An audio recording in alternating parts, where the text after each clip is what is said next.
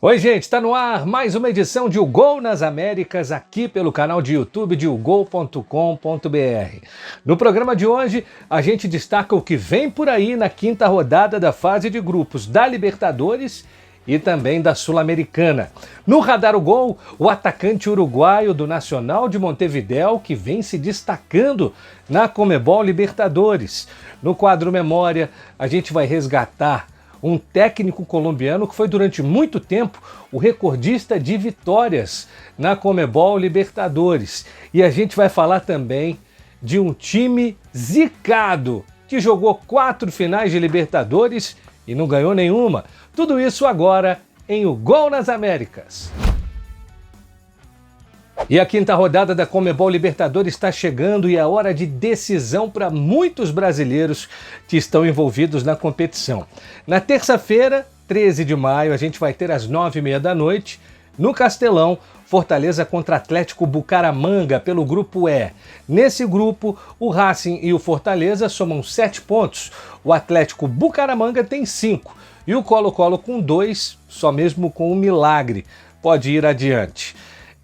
Os dois times, Fortaleza e Bucaramanga, se enfrentaram na Colômbia no dia 23 de abril. O Leão quase ganhou, estava 1-0, gol do Deivinho até os 44 do segundo tempo, quando o argentino Pons, de pênalti, empatou o jogo. Esse foi o primeiro confronto do Fortaleza contra um rival colombiano em competições da Conmebol. Uma vitória garante o Fortaleza já nas oitavas de final. Se empatar, a decisão vai ficar para a última rodada e aí complica, porque o jogo é lá contra o Racing em Avejaneda no dia 29 de maio. Leão do PC é o único brasileiro que entra em campo na terça pela Libertadores. Na quarta-feira, dia 14 de maio, 7 da noite, o Atlético Nacional de Medellín recebe o Bahia.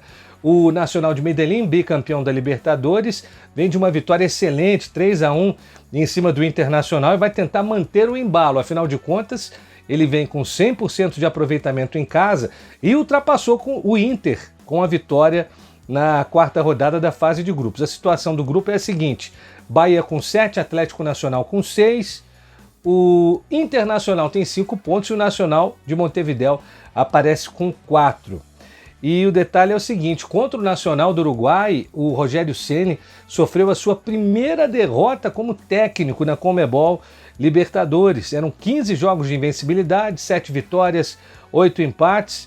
E o problema para o Bahia é que, apesar de liderar o grupo, ele vai fazer os 2 últimos jogos fora de casa, contra o Atlético Nacional e contra também o Inter. Lembrando que o Bahia venceu o Atlético Nacional em Salvador por 1-0, dia 24 de abril, gol do William José. Às 9h30 da noite, também na quarta, dia 14 de maio, o São Paulo pega o Libertad pelo grupo D. São Paulo lidera o grupo com 10 pontos, o Libertad foi a 7 com um empate diante do Tajeres, o Alianza tem 4 e o Tajeres tem 1 ponto. Esse é o tipo de jogo que até um empatezinho ali, um jogo de compadre, classifica os dois. O São Paulo, que venceu o Libertad, jogando lá em Assunção por 2-0, gols do Lucas Ferreira e do André Silva.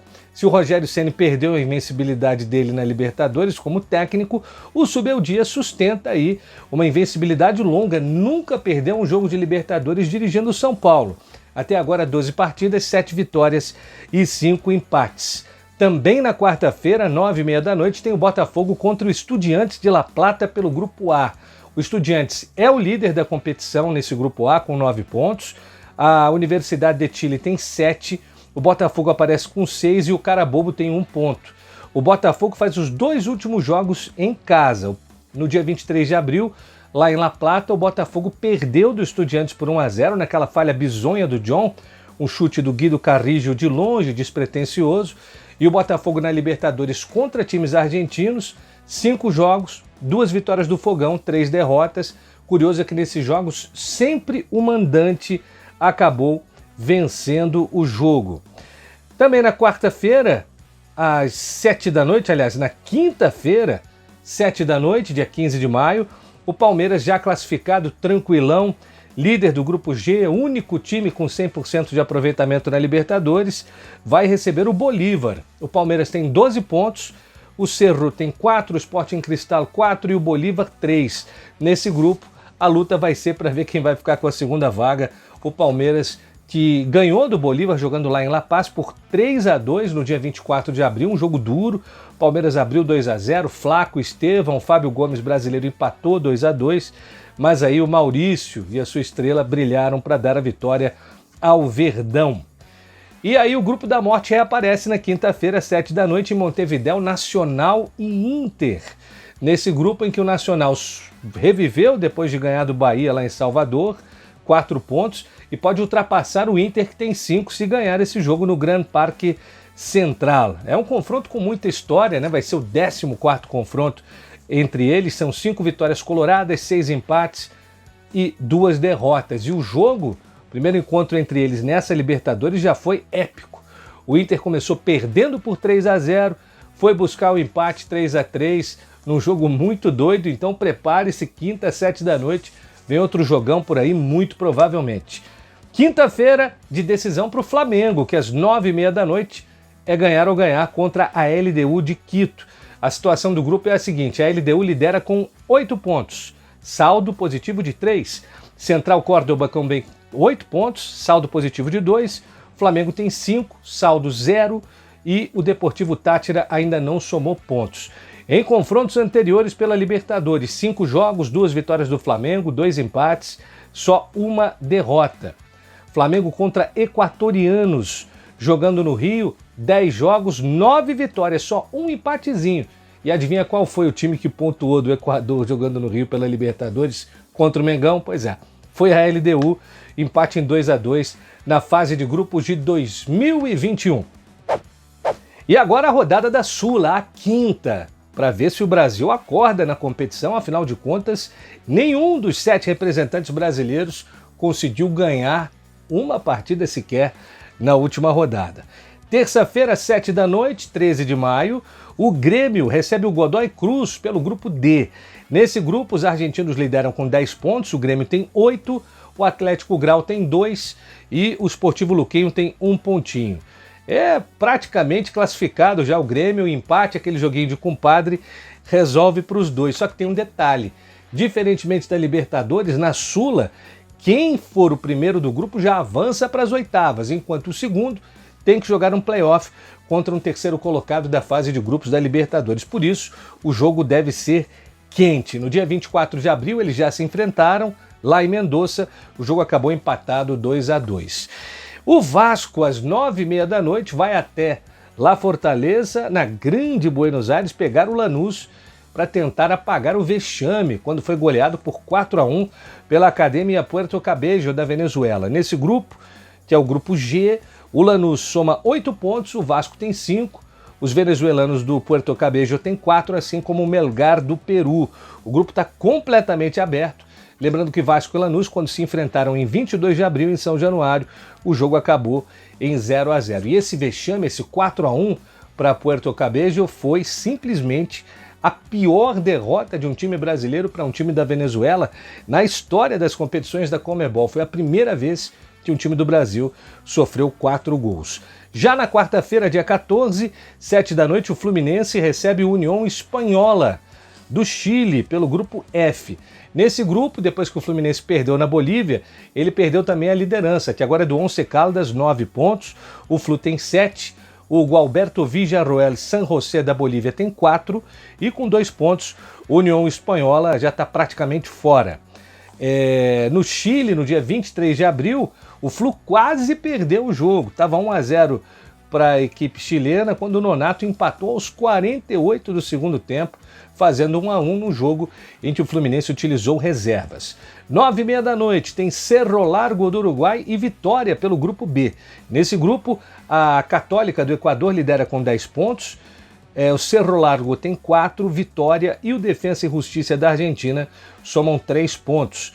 E o Vitória vai ter que conquistar uma vitória inédita contra times uruguaios na Sul-Americana, já que em 3 confrontos anteriores empatou 1 e perdeu 2. Uma dessas derrotas, inclusive, para o próprio Cerro Largo, 1-0, no dia 23 de abril, gol do Peraça. Se o Vitória perder, já estará eliminado. Eliminado como o Cruzeiro, que joga na quarta-feira, 9h30 da noite, em casa contra o Palestino pelo grupo E. O Muxucruna, do Equador, lidera o grupo com 10 pontos. O Palestino tem 9, a União Santa Fé com 3 tem chances matemáticas, enquanto o Cruzeiro com 1 ponto já está fora. Quinta-feira é a vez do Corinthians jogar em Montevidéu contra o Racing. O grupo C é liderado pelo Huracan com 10 pontos, o América de Cali tem 6, o Corinthians tem 5 e o Racing ainda não somou pontos. No dia 24 de abril, o Corinthians ganhou do Racing por 1-0, mas foi um jogo mais complicado do que se esperava, porque o Félix Torres levou um cartão vermelho com 15 minutos de jogo, por isso acabou sendo complicado, mas o Corinthians ainda assim está vivo na competição, precisa ganhar esse jogo e partir para o último jogo contra o Huracan lá na Argentina para tentar uma vaga que parece um pouco difícil. E para completar, quinta-feira, 9h30 da noite, o Atlético Mineiro recebe o Caracas pelo Grupo H. Na última rodada, o Galo usou reservas, perdeu do Deportes Iquique por 3-2, mas tem 5 pontos, só depende de si, faz os 2 últimos jogos da fase de grupos em casa. E o Radar o Gol aponta para um uruguaio que andou fazendo estrago contra time brasileiro. Estou falando do atacante Lucas Villalba, 23 anos de idade, ponta do Nacional de Montevidéu, que deu 2 assistências na vitória de virada em cima do Bahia por 3-1. O Villalba, que tem 1,82 de altura, pode até jogar como centroavante, mas a especialidade dele é jogar mesmo pela ponta. Foi por ali que ele arrancou, muita velocidade, muita explosão muscular, muita força física, nas 2 vezes superando os jogadores de marcação para deixar seus companheiros literalmente na cara do gol. Passou muito por ele a vitória que deu ao Nacional de Montevidéu uma sobrevida na competição. O Villalba, ele é cria do Boston River do Uruguai.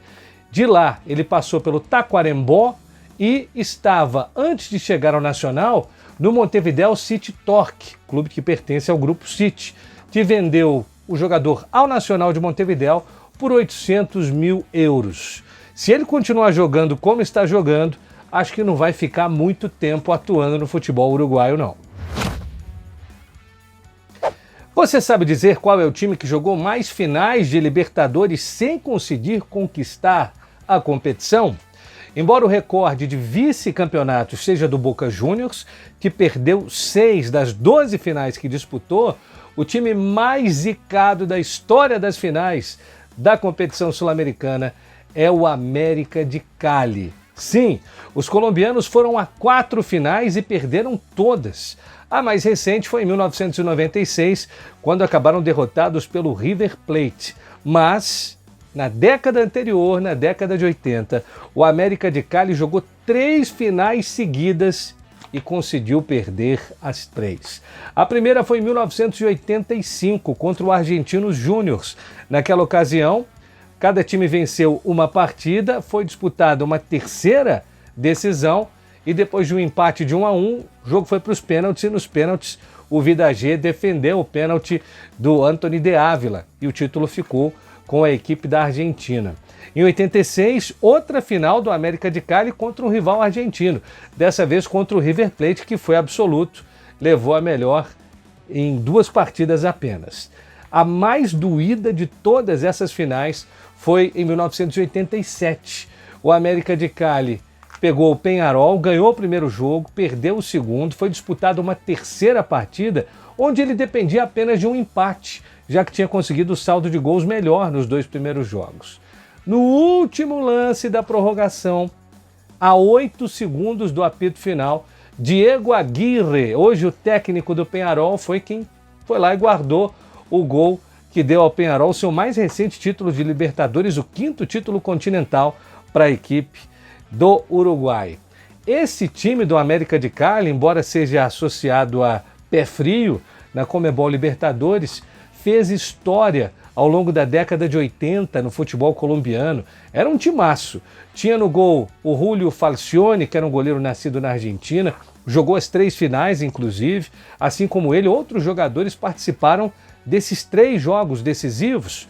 Na defesa, tinha o lateral da equipe, que era colombiano, o Hugo Valencia. Tinha uma dupla paraguaia, 2 jogadores de frente muito perigosos, Roberto Cabanhas e Juan Manuel Batalla. O Cabanhas, inclusive, teve na Copa de 86, depois jogou no futebol europeu. Tinha também Ricardo Gareca, El Tigre, hoje treinador de futebol, chegou a ser artilheiro da Libertadores também e dos campeonatos da Colômbia. E o pontinha, o Wellington Ortiz, que era o mais habilidoso do time. Esses jogadores que eu citei estiveram nas 3 finais. E o mais impressionante é que nos 3 anos em que o América foi consecutivamente à decisão e perdeu, o técnico era o mesmo, Gabriel Ochoa Uribe. E Gabriel Ochoa Uribe é um capítulo à parte, por isso ele é a estrela do nosso quadro Memória. Durante muitos anos, Gabriel Ochoa Uribe foi o detentor do recorde de vitórias de um treinador da Conmebol Libertadores. Foram 48, o recorde durou muitos anos, até que o Renato Gaúcho, o Renato Portaluppi, conseguisse ultrapassá-lo como treinador com mais vitórias na história da competição. Gabriel Uribe era um jovem colombiano que nasceu numa família que era muito ligada, ao meio do turf, chegou inclusive a ser um jockey ali na sua pré-adolescência, mas acabou realmente seguindo para o futebol, virando goleiro. Foi como goleiro que ele ganhou algumas vezes o título da Colômbia e chegou inclusive a vir para o Brasil, onde ele foi goleiro do América. Simultaneamente à carreira de goleiro, ele também estudava medicina e aqui no Brasil ele acabou se especializando em ortopedia. Ele foi de volta para o seu país, onde virou treinador e foi conseguindo uma carreira de muitas conquistas. Mas o momento mais marcante da carreira começa depois de uma aposentadoria precoce. Em 1977 ele deixa o futebol, ele era técnico já desde os anos 50, finalzinho dos anos 50, ele deixa o futebol para se dedicar especificamente à medicina. Só que bate lá na casa dele o presidente do América de Cali, querendo que ele saísse da aposentadoria para dirigir o América de Cali, que até então nunca tinha sido campeão colombiano. Ele recusou, falou, olha, procura o Toto Lourenço, que é o técnico do Boca, vai atrás do Oswaldo Brandão. Eu parei, mas a lábia era boa e Gabriel Ochoa Uribe aceitou. Resultado, na sua primeira temporada foi campeão colombiano em 1979 e depois fez este América de Cali inesquecível, que se é lembrado na Libertadores pelos vice-campeonatos consecutivos, na Colômbia foi pentacampeão nacional de 1982 até 1986. Nessa bonita trajetória, Gabriel Ochoa Uribe é o treinador com mais títulos colombianos em todos os tempos. Tem gente que fala em 13, tem gente que considera 14, mas de um jeito ou de outro, ninguém ganhou mais títulos do que Gabriel Ochoa Uribe no futebol colombiano, e um técnico que, se não venceu a Libertadores, inclusive é o recordista de técnico com mais vice-campeonatos, 3, certamente é uma figura sem a qual a gente não consegue contar a história da competição mais importante do continente. Esta foi mais uma edição de O Gol nas Américas. Semana que vem a gente volta com muito mais. Combinado? Grande abraço, a gente se vê.